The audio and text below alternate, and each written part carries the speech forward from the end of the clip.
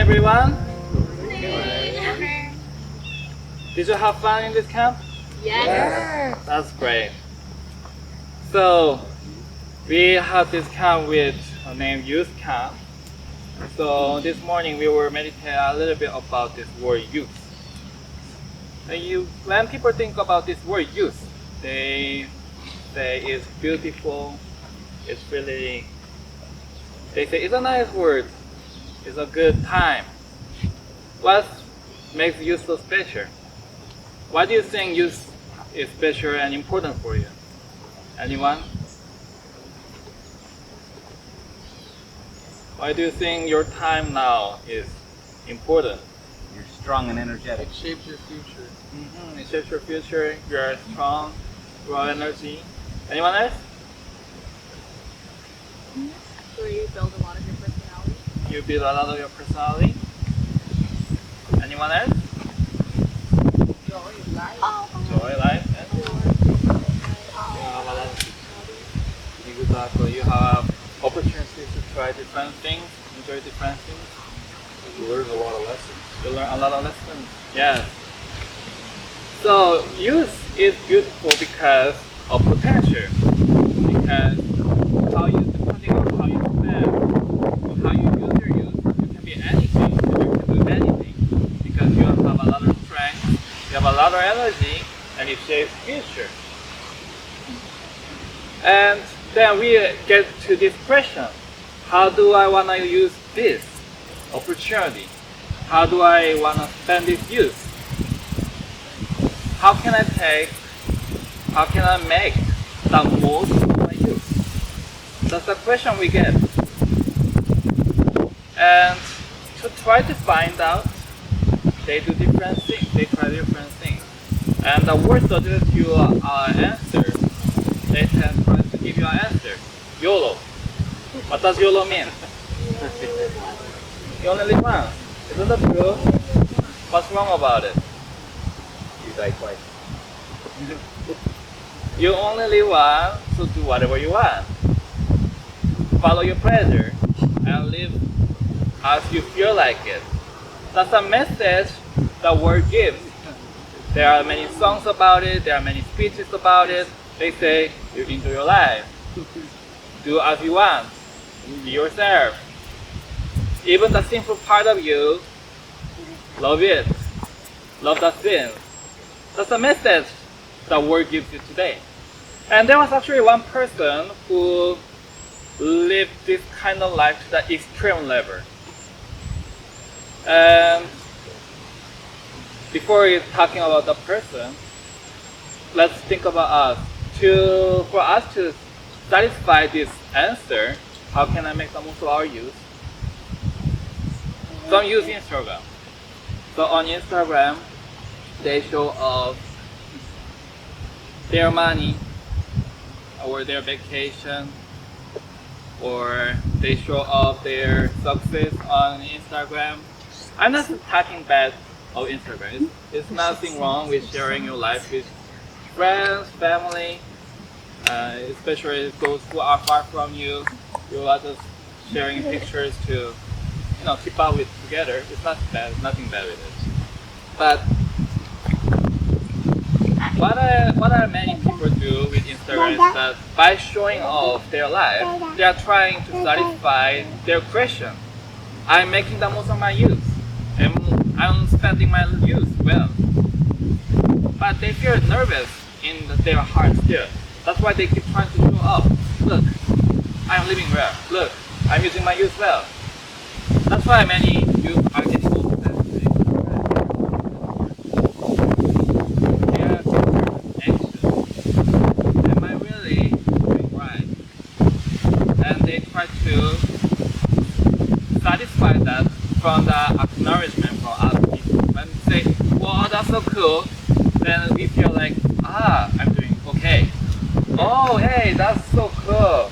I love your new item you bought. Oh, yeah, I'm doing well. I'm spending my youth well.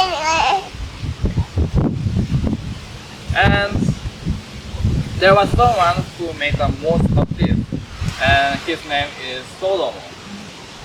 King Solomon, who is it? King David's son, and he was very rich man. And actually in the Bible we can see an Instagram feed of King Solomon. So we are going to go to username King Solomon, hashtag David's son, and it's found in Ecclesiastes. Ecclesiastes chapter 2, starting from verse 3.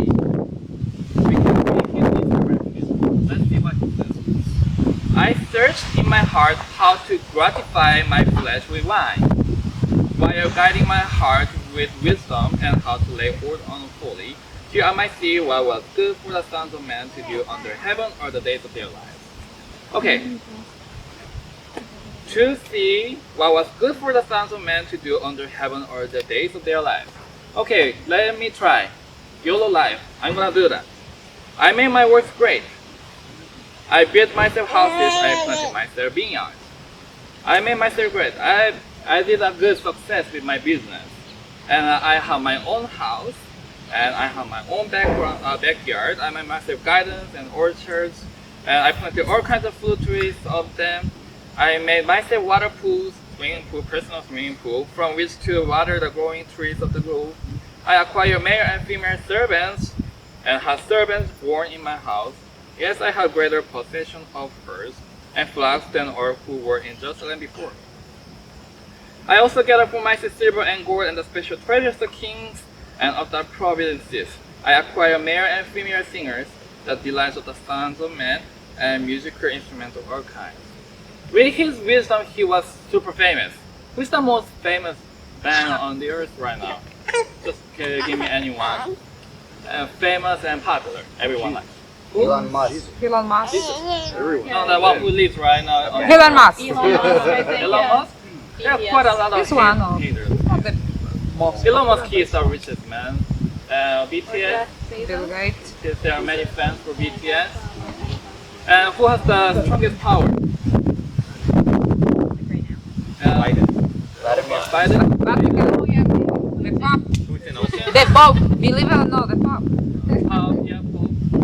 And let's see, who richest man is Elon Musk, the most favorite one. Who is the smartest? The richest men we don't know. They are not popular. No, they are not. Yeah, but we will. Yeah, and who is the Cristiano smartest Ronaldo. one? Everyone? What's the most powerful? Cristiano Ronaldo. Okay, I don't know. Soccer player. Okay. Okay. And who is the smartest man on this earth right now? Messi? Okay. Body smart. Yeah. How about like academic smart? Who is the smartest? We don't have Elon genius. Musk is the richest. Yeah. I think maybe the Pope. We don't have really The Pope. That's your go-to answer. nowadays. Let's go with Einstein. Just a few sentences ago, Einstein. Okay, so combine all the people we talk about together, and that was Solomon. He was so smart, like Einstein, and that made him so famous and popular. Everyone liked him like BTS. There were so many people who liked him and came all the way, traveled all the way. The celebrities and kings and queens traveled all the way to see him, and that made him rich. He was the richest man on this earth, like Elon Musk in that time, and has the most followers. So anything you want in your life, let's say money, fame, success, you reach the peak of it, and Solomon had every category of those success in his one life. So he reached the top of any human being's life you can achieve. And at the end, how did he feel? Did he find it satisfying? In chapter 1, verse 2, he says, "Vanity of vanities, says the preacher, vanity of vanities, or is vanity." What is vanity?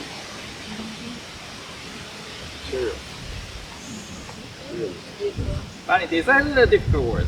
You can explain it. I guess in another translation it says like it's all useless. Useless. Yes, useless. That's a very good word. You're empty. Exactly. So, vanity, where we have little some artists here. When wind blows, what will happen? It will blow away and there will be emptiness there. That's vanity. Like spring. Yes, Beautiful but vanish so fast. exactly. When Solomon was enjoying paradise, he felt good in the moment. But when party is over, he felt empty. He had so much money, but it didn't make him happy. He was so famous, so many friends. He didn't feel happy. After everything, after all the extremes of success, anything that human can dream of, he didn't feel happy. He had all the best sports car in that time. Where famous sports car was a Ferrari. Ferrari, It's the one that with the horse logo. Ferrari. He got real Ferrari. He had real horses. Best horses in the world. Kings and queens brought into him. He rode it, feel comfortable, super fast, feel empty. In that moment, it might feel good, but it didn't satisfy him. In the end of his life, he finally found happiness. Where did he find happiness? He wrote it there too. Ecclesiastes chapter 12 verse 13. Here it says, "Let us hear the conclusion of the whole matter. Fear God and keep His commandments, for this is man's all." So he found happiness, true satisfaction in God. And why? Human beings were created to communicate with God. Human beings were created as someone to be friends with God and find happiness in it. That's how we were initially created. God created man and woman, so that they can be friends with angels, friends with God, and there was true happiness. That's how we were created initially. But Solomon forgot about those and tried to find happiness in different things. But he couldn't. Finally, he found happiness, satisfaction where? In God. And that's why he said like this. It's very famous Bible verse, right? Let us for God and His commandments, for this is a man's all. This is for man's all. What does it mean? This is how man is created. This is man's all. Keep God's commandments. That's the purpose for our creation. That's why we are created. That's how Solomon wrote this famous Bible verse. You might have heard this Bible verse many times in the church. Why did he wrote it? Because we are created in that way to find happiness with God. And he said, "Let us hear the conclusion of the whole matter." You have heard this sentence many times. What does it mean? Let us hear the conclusion of the whole matter. I've done 4 things. I tried everything. I tried everything to the extreme level, and I couldn't find it. But I got conclusion. I tried everything, and here's the conclusion. There's happiness in that. So he finally found peace, but he regretted just one thing. Only if he had learned it earlier. Only if he had learned it when he was younger. Now he was old and ready, preparing for his last day. But only if he has noticed it earlier, he will have enjoyed his happiness more, and also he could have done much more for God. He could have worked for God more, and he will have find more happiness in there. But he missed the chance. His youth were gone already. He missed his golden time, which you are living right now. You are in your golden time. You can be anything. But if you miss this chance, you will have the same regret as Solomon. Yes, you might come back to Solomon. You might come back to the same conclusion as Solomon. Yes, you might come back to God later, but you will have the same regret. But I wish I had known it earlier. So Solomon decided to leave an advice for coming generation. And that's how another famous Bible verse was written. Chapter 12 verse 1. Remember now your Creator. Why Creator? Because we are created in that way to have happiness with God. Remember now your Creator in the days of your youth. Now, in your youth, remember it before the difficult days come. Before when you get old, and before you find hard times like me. And the years draw near when you say, I have no pleasure in them. If you follow your passion, your pleasure, if you follow the worldly success, there will be the time that you said that was vanity. I have experienced that. Solomon, have gone through it. I have done to everything like beyond what you might be able to do. I reached a peak, and I said, I have no pleasure in them. I wasn't happy. Before that happens to you, when you are still young, when you still have your chance, remember your Creator.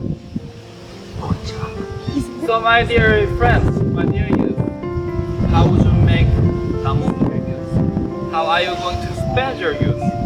Well, how are you going to use your chance? And now the question is up to you. There is someone who went through and left advice. Accept it or refuse it. It's up to you. And now it's your turn. How would you use your youth? May God be with you, and may God give you wisdom so that you can have a right choice and right conclusion. Amen. Amen. Amen.